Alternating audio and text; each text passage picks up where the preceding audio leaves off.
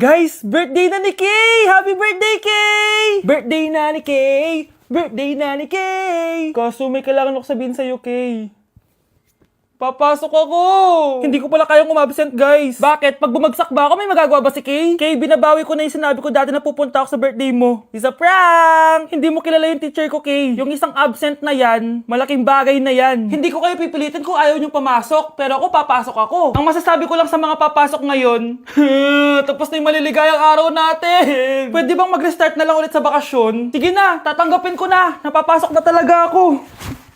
4:40 na at 7 AM yung pasok ko, so tara na guys, pasok na tayo. Kay, kung ako sa'yo, i-move mo na lang yung birthday mo ng Sabado para makapunta kami lahat. Totoo ba to? Napapasok na ako. Hindi to totoo, hindi to totoo. Over. Sige na, alis na ako.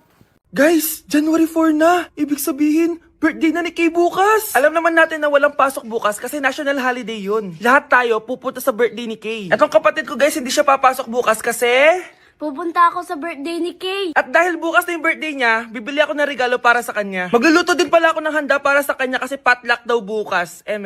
Guys, nandito na kami sa mall kasi mamimili na ako ng regalo para kay Kay. Hindi ko nga alam kung anong re-regalo ko sa kanya. Kung sapatos ba, cellphone, tablet, bahay, kondo. Nasa grocery kami ngayon kasi ipagluluto natin si Kay ng spaghetti. Kasi birthday nga niya, di ba? Next na handa is mawawala ba sa birthday ang Shanghai? Tara, bili tayo ng ingredients. Guys, nasaraduhan na tayo ng mall. Uwi na tayo, tara. Guys, ito na pala si Kay eh. Ang hindi ko Kay yang mawala. Charan! So, ito yung mga regalo ko para kay Kay. So, unahin natin dito. Ano kayang laman neto? So, binilang ko siya ng deodorant. Kailangan ko bang explain ko para saan to? Next naman natin ito, guys. So, guys, binilang ko siya ng shoes. Sabi niya kasi favorite color niya yung blue, kaya binilang ko siya ng pink. At ito na, guys. Naubos pera ko dito.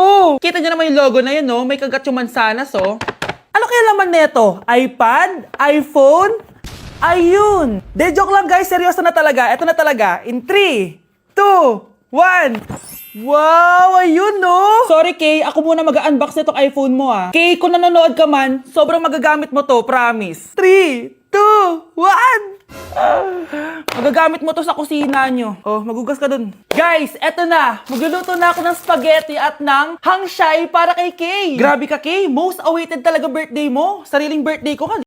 Anak, nakita mo ba yung cellphone ng tatay mo? Nilagay ko dun sa loob ng kabaong niya bago siya ilibing. Ha? Ba't mo naman ginawa yun, anak? May mga importante laman dun. Baka sakaling buhay pa siya para matawagan niya ako. Ay, Diyos ko talaga tong batang to.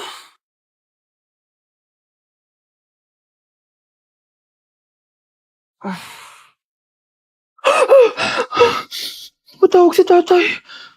Nay, kailangan natin pumunta sa sementeryo. Tumawag sa akin si tatay. Anak, pwede ba? Wala akong oras makipagbiruan sa'yo. Marami pa ako tatapusin trabaho. Pero nay, pag di ka pa tumigil, kukunin ko yung cellphone mo. Tay, sumagot ka. Alam kong buhay ka. Sa lahat ng pwede kong makita, ikaw pa talaga. Jessica, tinatawagan ko lang tatay ko. Nababaliw ko na talaga, no? Patay na tatay mo, di ba? Baliw. Hindi, buhay siya. Ito tandaan mo. Kapag hindi ka pa tumigil sa kabaliwan mo, susunod ka na sa tatay mo. Sinabihan akong baliw ni Jessica tapos sinaktan niya ako. Totoo naman, di ba? Nabuhay ka. Anak, nabalitaan mo na ba? Ha? Ang alin, Nay? Patay na si Jessica. Natagpuan siyang walang buhay dyan sa may ilog. Ano? Ay, Diyos ko, kawawang bata. Tay, sumagot ka na please. Ikaw! Ikaw ang pumatay sa anak ko! Ano? Siya nga to ng away sa akin eh. Ikaw ang huli niyang kasama. Tandaan mo to. Isusunod kita sa tatay mo. Tay, hindi ko na alam gagawin ko. Sinisisi ako ng nanay ni Jessica sa pagkamatay ng anak niya. Natatakot ako. Anak, yung nanay ni Jessica. Oh, bakit nay? Pinatay daw. Binitin sa may puno. Ano? Nakakatakot na dito sa barangay natin, anak. Sinong pumapatay sa kanila? Nay, may tao. Sino po sila? Magandang araw po. Ako po si Detective Jason. Ako ang may hawak sa investigation case sa pagkamatay ni Cheska at ng kanyang nanay. Bakit kayo nandito? Dahil dito.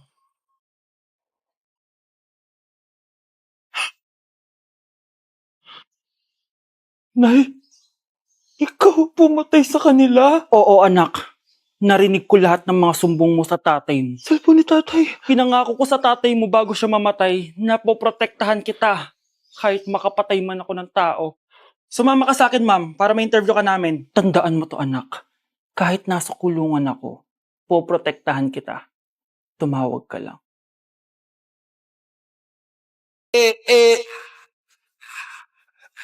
Like sugar on my tongue, your body is so sweet. Ayan!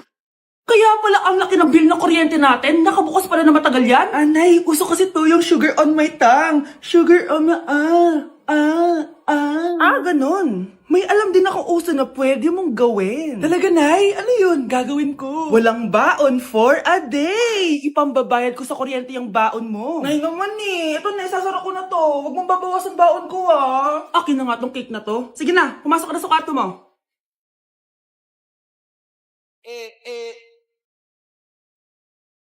Like sugar on my tongue. Okay, class! Namiss nyo ba ako?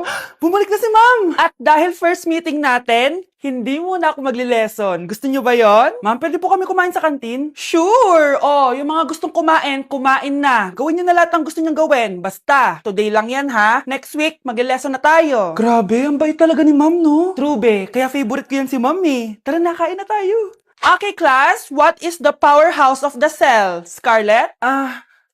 Ano ba yun? Starts with letter M. Mitochondria? Very good! Kaya mo naman pala eh. Thank you, ma'am. O, class, mag-e-exam kayo ha. Dinalian ko na to para sa inyo. Lahat ng nasa lesson natin, nandito. Okay, get one and pass. Oo nga, ang dali lang. Makaka-perfect pa ata ako. A few moments later. Okay, time's up. Pass your papers. Wow naman, lahat kayo nakakuha ng high scores. Magaling ka kasi magturo, ma'am. Okay, class, dahil Friday ngayon, gusto ko mag-enjoy kayo sa weekends. Kaya naman, hindi ako magbibigay ng assignment. Yes, thank you, ma'am. Makakagala ako. At isa pa, class, malapit na mga anak si teacher, magli-leave muna ako ng ilang months. Ha? Habang wala ako, si Ma'am Diana muna ang papalit sa akin. Maging mabait kayo sa kanya, ha? Hi, class! Namiss niyo ba ako? At dahil first meeting natin, may surprise quiz kayo. Nandito na naman yung pet peeve ko. Hindi! Hindi! Good morning, class! Good mood si ma'am ngayon na. Sana good mood lang siya gang mamaya. Bago tayo mag-start, mag-pray muna tayo, okay? Sino gusto mag-lead? Di ako marunong yan. Ikaw na lang. Lalo na ako. Di nga ako sumisimba eh. Wala. Pag walang pumunta sa harap, lahat kayo, ia-absent ko! Bes, ikaw na lang. Ma'am, ako na lang po. Madali naman pala kayo kausap eh. Okay, class. So, dito na nagtatapos sa lesson natin. Oh, may isang oras pa pala tayo eh. Sige na, i-dismiss ko na kayo. Yes! Be, tara gala tayo. Tara, be. Buti na lang talaga dinismiss tayo agad. Aba, excited? Uwing-uwi? Ayaw niyo siguro sa subject ko, no? Maghihintay kayo hanggang 4 p.m. dito! Walang uuwi! Grabe naman yung mood swing ni ma'am. Nakakainis. I love you too. Okay, class. Dahil good mood ako today, hindi tuloy ang quiz at lesson natin. Ay, salamat. Magagawa ko na yung assignment ko sa math. Bes, pakopya naman ako niyan. Aba! Sino nagsabi sa inyo na pwede kayo gumawa ng assignment sa ibang subject, ha? Ma'am, talagang sinisira niyo mood ko, ha? Lahat kayo bagsak sa quiz! Excuse me, Ma'am Reyes? Bakit mo tinatakot ang mga anak ko? Ma'am, hindi sila matututo kung hindi ko sila tatakutin. Hindi mo kailangan takutin ng mga bata. Kausapin mo sila na maayos. Tama. Tayo ang pangalawa nilang magulang. Dapat maging safe sila sa atin. Gusto mo bang maalala ka nila sa mga pananakot mo? Facts, ma'am. Umayos ka na ha, kung ayaw mong isumbong kita sa principal. Deserve. Good morning, class. Bakit ang dami nakadikit sa wall? May ballpen, may walis. Ma'am, uso kasi to. Ididikit mo yung mga bagay gamit yung wall friction. Parang ganito. O, di ba, ma'am? Ano? Wall friction? Hoy! Baka mahulog ka dyan! Kung mga bata to, kung ano-ano kasi nakikita niyo sa TikTok na yan eh. Try ko naman tong calculator.